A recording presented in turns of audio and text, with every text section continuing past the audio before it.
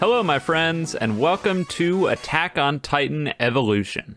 AOT Evolution is a game that a fair few people have asked me to play, I assume because I played a lot of Titan Warfare. And so, I did. And after doing so, I decided that there was enough here that I was gonna do a game review. Now, it's been a long time since I did a well and proper game review. In fact, I think AOT was the last time I really did one of these. At least one with a score anyway. And so today, we're gonna bring that formula back. I'll talk about the good, I'll talk about the bad, and I'll give you a score. It's not exactly rocket science, so let's kick this thing off with the good things, and the first thing on there is customization and progression.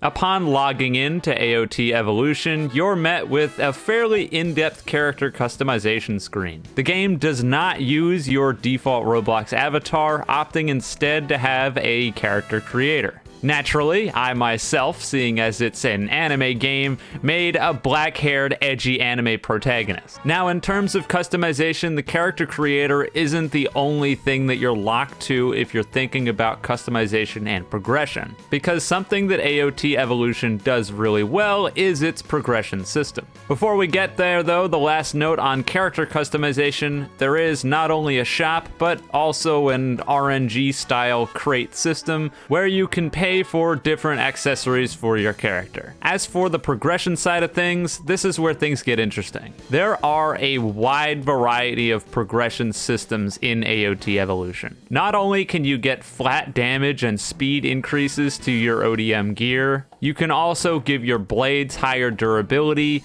get yourself more gas, get yourself better critical hit chances, as well as being able to swap over to both AP gear or Thunder Spears if you have the money and the prestige. And while that alone is a fair amount of stuff, on top of those things, there's also a skill tree where you can go in and get some passive buffs as well as active skills that can apply to your character, and a perk system where you can choose to put 2 perks on your character of varying rarity that will give you different kind of passive perks in a match. Things like being able to resupply faster, repair your blades mid-air, do more acrobatic moves mid-air, flat damage or attack speed increases, that kind of thing.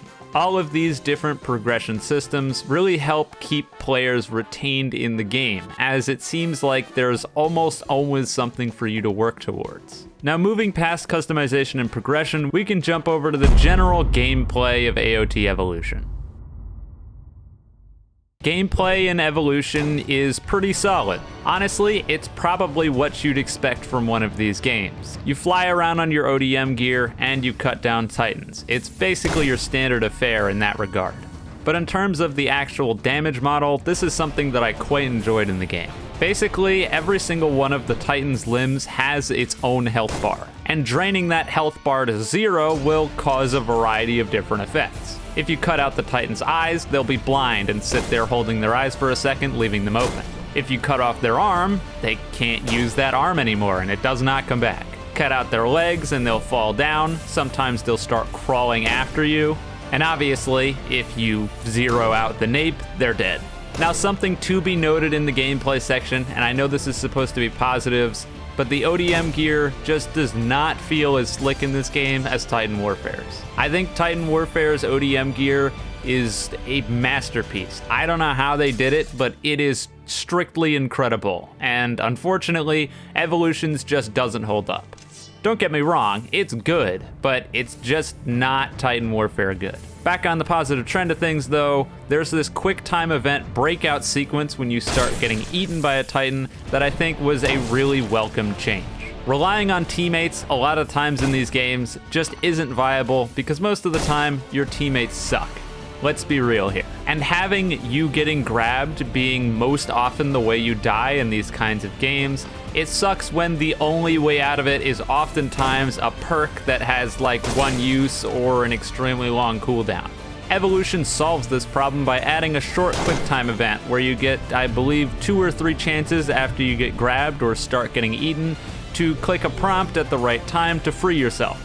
An interesting note about the prompt is that it's easier or harder to hit depending on how much health your blades have, which I suppose makes sense. It would be easier to cut yourself free if you've got more blade to work with. I think overall gameplay is in a pretty good spot, even if ODM gear maybe feels like it could use a few touch-ups. The next thing I want to talk about is a real difficulty spike.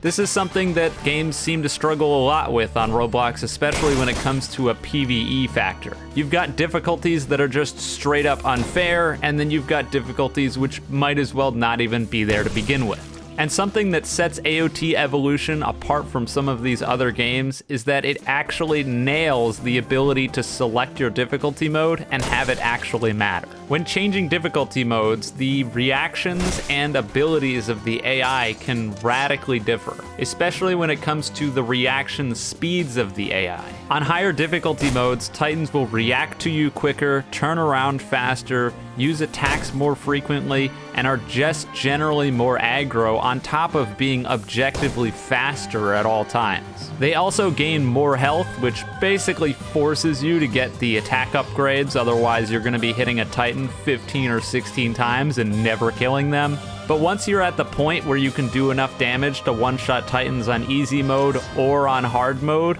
you can really see the difference in difficulty. Even with the ability to continuously one-shot Titans, easy becomes a complete cakewalk, and hard and extreme are a genuine challenge. Moving over to the final thing that I wanted to talk about on positives, and that's the raid mode.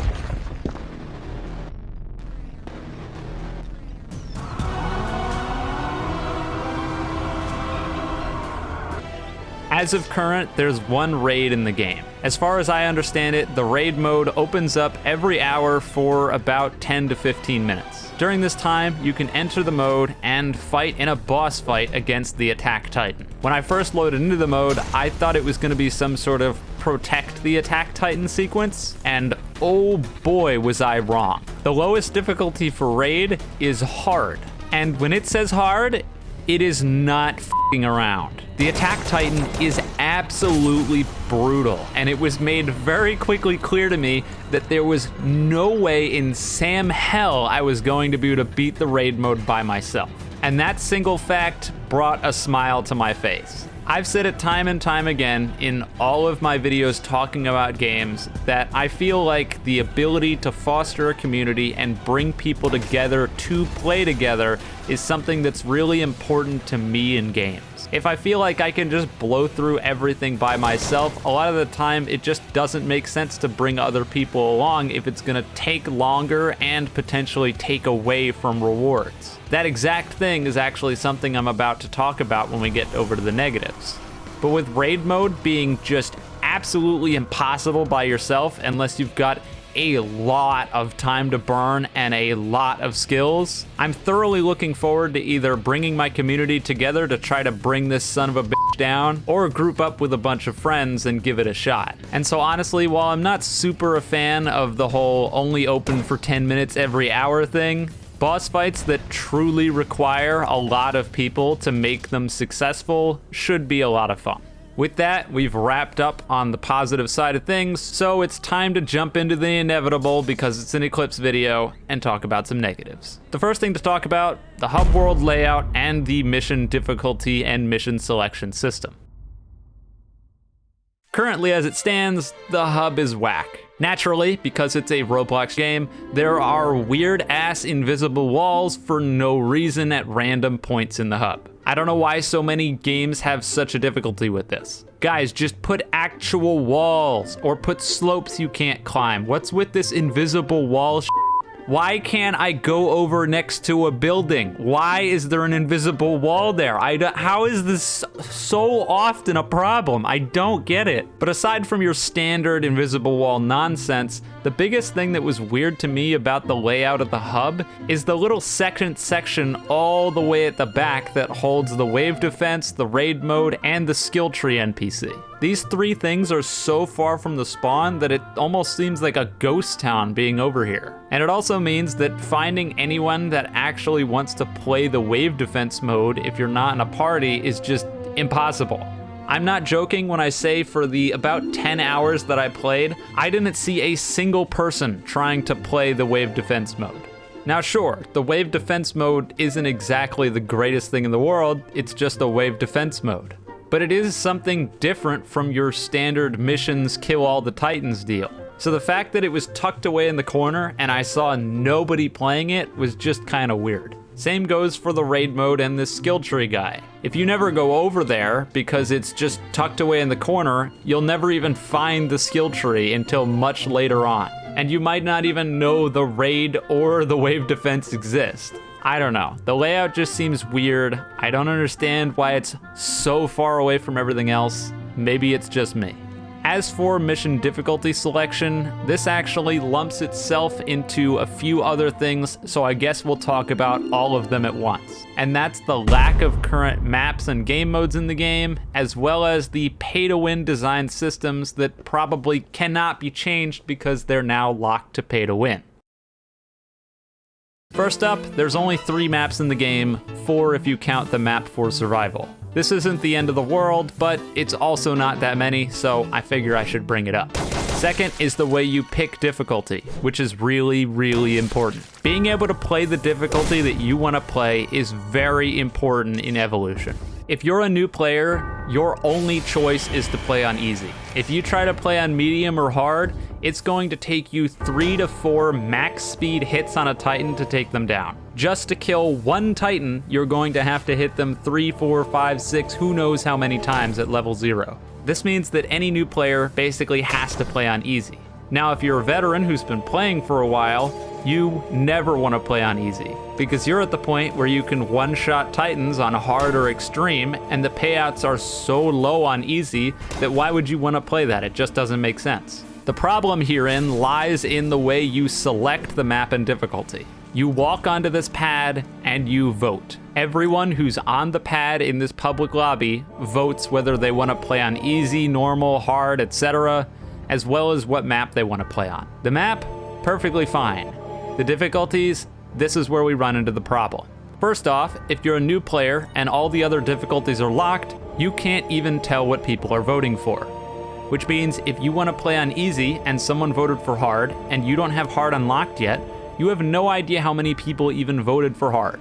So the only way to know is to enter the game, get put on hard, realize, oh man, I'm f***ed, and then quit out. That or just play around and die because you have no chance. But the problem doesn't just extend, obviously, to new players. Older players who are trying to play on the extreme mode, for example, will have a really hard time getting an extreme game because most of the people playing are relatively new. They want to play on easy, and for good reason. And so if you want to play on hard or extreme, you're going to be wading through a lot of easy games. So what this causes is you having to sit right next to the pad, jump on it, try to get a game on extreme or hard, and the second you see people start voting for easy, jump off the pad, wait, go back. Now here's where the pay-to-win systems cause problems, and the reason that this horrible system is likely to never change. There are game passes for private servers, and there are game passes for extra votes. In other words, you get triple the voting priority, so odds are you're going to win whatever desired game mode you want to play, or you can play by yourself in a server where nobody else can play.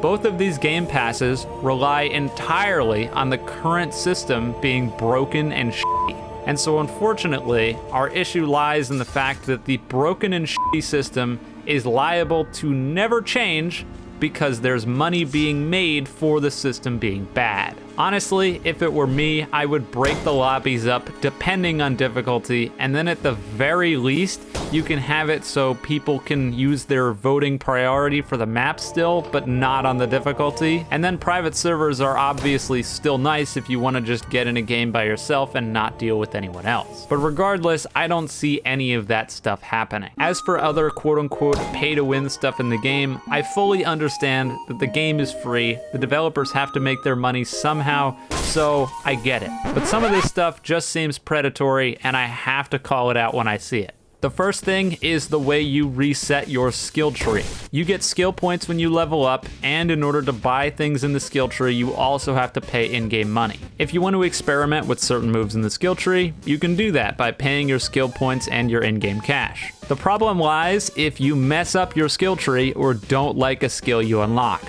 If you did this, congratulations, you fell into the consumer beginner's trap, and now you're f***ed, because the only way to reset your skill tree, as far as I understand, is to max out your level in prestige or use Robux. I would wager 99% of the population is never going to prestige based on how long it seems like it's going to take. So the only way to reset your skill tree, pay us money, please. Now, when it comes to resetting your gear upgrades, like your ODM gear damage or gas, I think maybe it makes a little bit more sense, considering that you can always just go get more money and it's not that hard. But skill points can really be hard to come by, and so if you screw up dedicating your skill points, or you get a skill you don't like, as I already said, you're just screwed, and that just feels bad.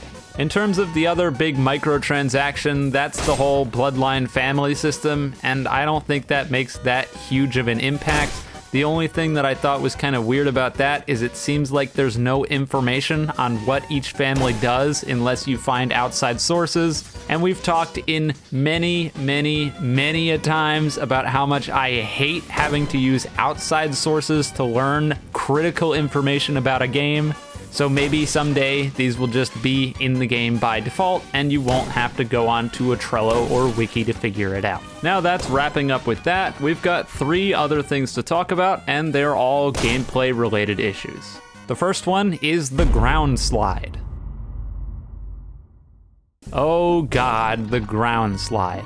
The ground slide is nothing short of frustrating in this game, and I wish it either didn't exist or was seriously revamped. In short, when you're going really quickly in the air and then you hit the ground, your momentum will conserve and you'll start sliding across the ground. Normally, this would be a really slick way to continue your movement if you make a slight mistake and end up on the ground. Think about it. You mess up a bit, you touch the ground, you start sliding, your momentum doesn't stop dead, and you can grapple onto something else and continue what you were doing without losing too much speed. That is not how the ground slide works in this game. Instead, the ground slide just stops you from doing everything. The second you start this animation, you're done. Until the slide concludes, there's nothing you can do. You can't stop the slide, you can't grapple, nothing. You're stuck. This can lead to really frustrating moments even when you start your grapple, where it feels like you're stuck onto the ground and it doesn't make a whole lot of sense. Overall, it's a serious lapse in the movement of the game and just leads to frustration. Now, the second to last negative that I have to talk about is the fact that you're discouraged to play with your friends. Now this one is going to take some explaining, and I know, it sounds like I contradicted myself because I just got finished saying a little bit ago that the raid is awesome because you are forced pretty much to play with other people. But unfortunately, because of the way that rewards are divvied out in missions, you're encouraged to not play with other people. At least from the way I understand it anyway. As far as I'm aware, and from what I've experienced, a lot of the rewards in a mission are based off of obviously you surviving, but also Titans killed. Assists exist in there too, but mainly it's killing Titans. Now, on face value, that sounds fine. If you do better and you get more kills, then you should get a bigger reward.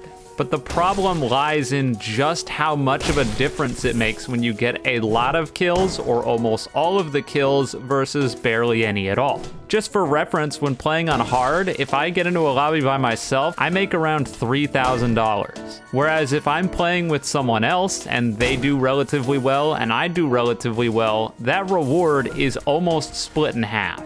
Now, we've talked about private servers before, and maybe you could make the argument that this is to encourage people to play private servers and play by themselves, but I don't know. It just kind of bothers me that if you're playing with other people that are competent, you're severely hindered when it comes to rewards.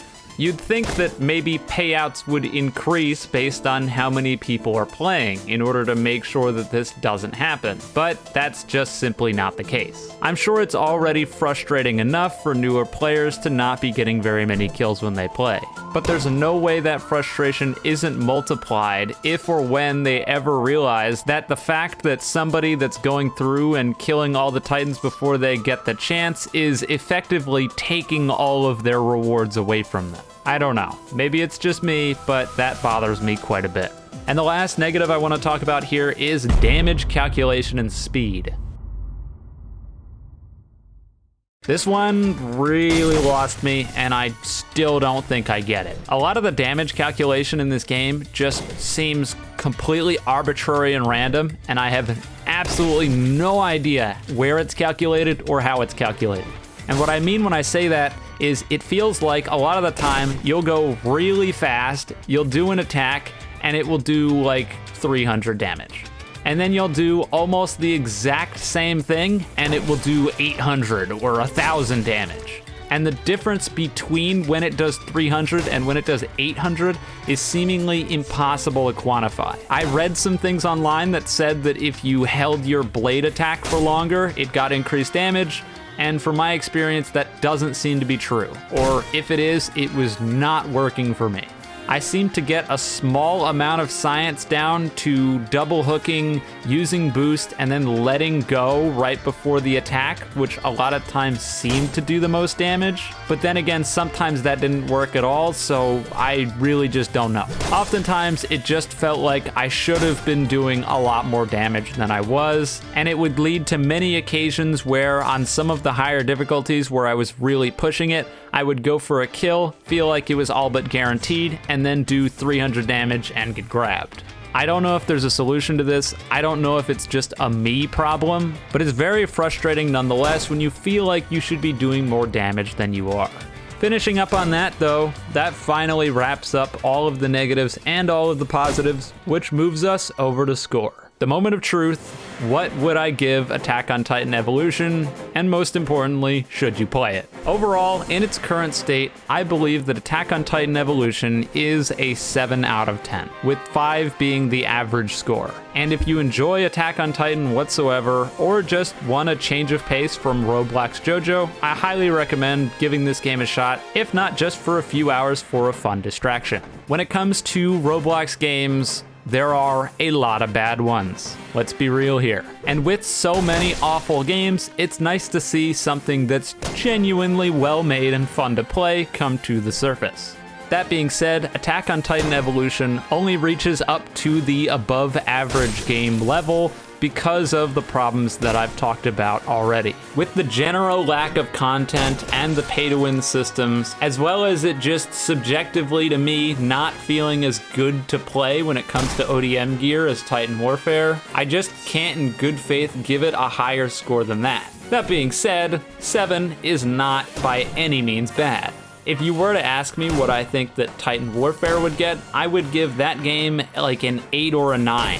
Probably closer to a 9. Titan Warfare has a ton of content in it across its PvP and PvE modes, as well as the game feeling really good to play. Now, I've obviously talked before about why I think Titan Warfare has kind of fallen off the map, and due to that, I can see that probably happening here too. While the game at the time of this recording has around 5,000 to 6,000 players, realistically, unless the game is pumping out a lot of surefire updates that have solid content in it, I don't see this lasting super long, even if it is a pretty good game. I've lost pretty much all faith in the community of Roblox players after Titan Warfare fell off. That game is so good, and it gets sub 1K, Roblox is hopeless. Anyways, that's all for today's video. If you hadn't heard of either Titan Warfare or AOT Evolution, I'll leave both of those in the description if you want to go play them, as I think both of them are worth playing.